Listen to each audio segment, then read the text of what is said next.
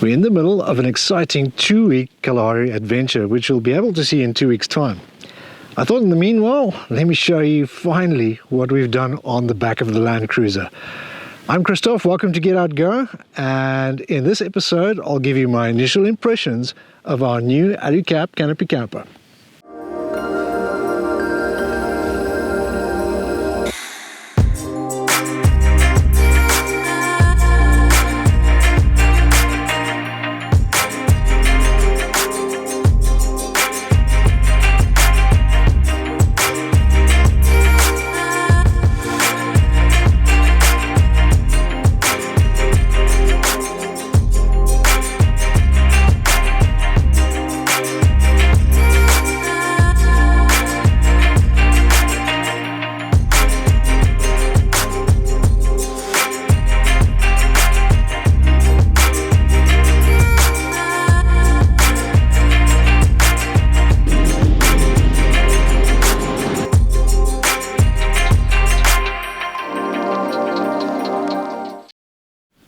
Unlike other camper conversions, the alu-cab Canopy Camper simply attaches to the tub of your pickup, or as we call them, buckies in South Africa. So it's not a complete replacement, it simply bolts onto your existing tub. So this is a pretty pertinent moment. We've been waiting for months for this. So we're about to open our new camper. Let's go have a look.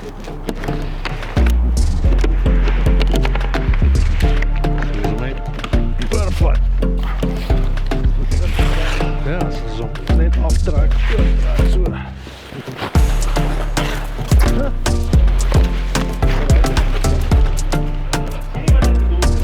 Ja.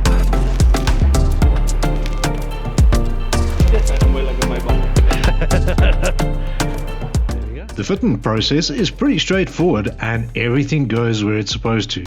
You do have to drill holes in the tub, but the Outdoor Campers guys are no strangers to installing campers. After a test fitment, we secure the camper. It already looks like the business. So this is day 2. Renee's got the actual cab installed onto the vehicle, so that's an exciting step.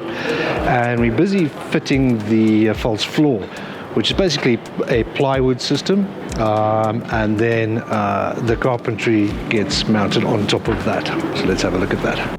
We've installed a 16mm floor that's bolted to the tub. Everything else is then in turn bolted to the floor. We're also test fitting things like fridges and taking loads of measurements for the goose gear cabinets. We've also started wiring the power system. I will do a full video on this later though. The water tanks, water boiler and rubber flooring are also now installed. See who's also popped in. Be sure to check out Kenneth's awesome new build as well. On the sides of the Canopy Camper, you have gull-wing doors that give you access into the inside. On this particular model, on the landcruiser single cab, you'll see there's 4 doors, and on other models you might only have a door on each side. These are really easy to open and close and are lockable. We've also installed the optional lock covers. I also highly recommend adding the optional mosquito nets to all the doors.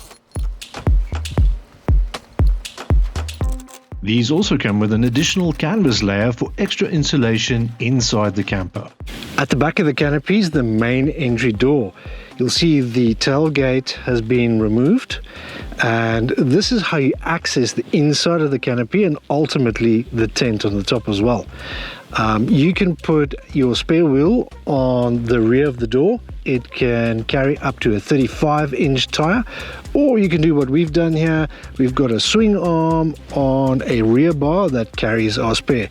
That just gives us more space for accessories on both sides of the door. The door can be locked into an open position, and you can lock it from the inside as well. We've also added the optional drop-down table and slide-out cutting board. This works great for a coffee station, and we also place our cooker on here as well. There are two options to the Canopy Camper. You get the basic unit and then deluxe unit. The deluxe unit has this cool moly plate at the back where you can add accessories. Some of the optional accessories I can recommend is like the gas bottle holder we've got here, or a jerry can holder. If you mount your tire to the rear door, you won't be able to fit both as the tire will be in the way. But if you have a swing arm, you can actually add both to the back. The gas bracket takes a 3 kg propane bottle, and we've added a gas quick connector as well. We also have our 12 volt and shore power in and outputs located here, as well as the gas connector. We have a 190 litre fuel tank, so the jerry's just in case.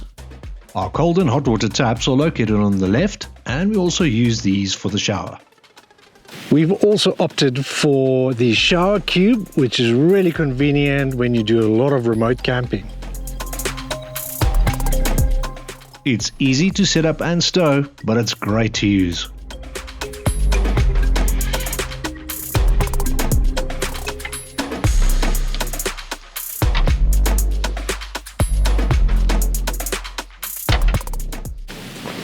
So to open the tent, you simply pop two latches and push it up.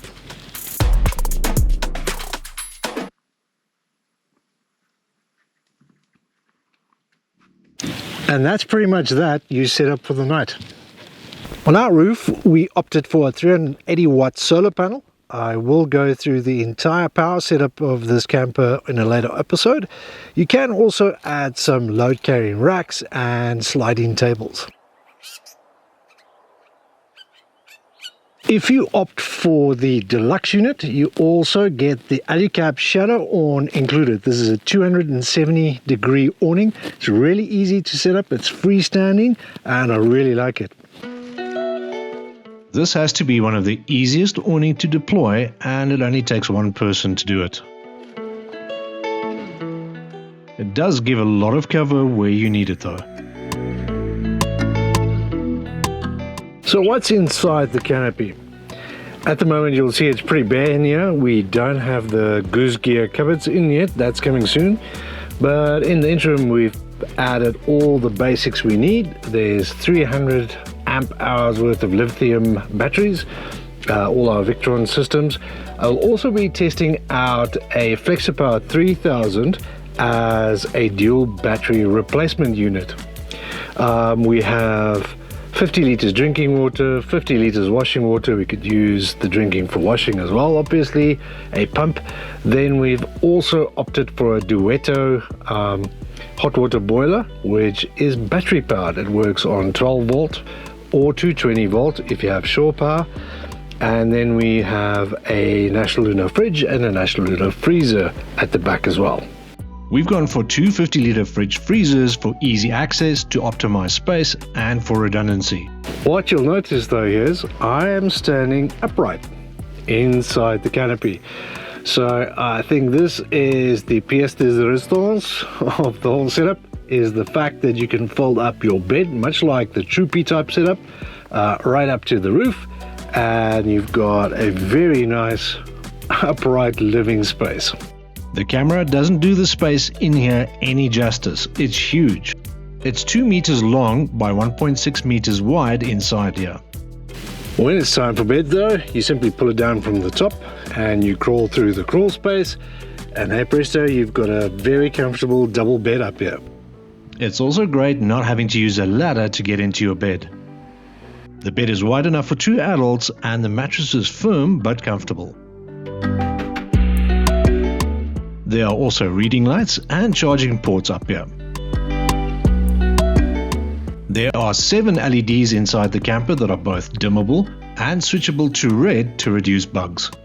We've also added 4 Lightforce Rock 20s on the outside and Rock 9s underneath the camper. These can be switched on and off from inside the camper. So we've just spent about 2 weeks in this camper, and safe to say I think we made a good choice. There's no such thing as the ultimate setup or the perfect setup. I think it's finding the best compromise for your particular needs. So our particular needs at the moment is more long-term travel. and that entails a lot of needing inside living space. You can get that either by towing a trailer, an off-road caravan, but we're not great fans of towing, or you can do that with a camper. The SUV we had just simply did not meet those needs anymore. So my initial impressions, it really works well. We do need those cupboards in there because it gets a little chaotic at the moment, packing and unpacking. But other than that, I think it was a good choice. What do you think? I love it. I think it was exactly the right decision. It's exactly what we need. It covers all our needs.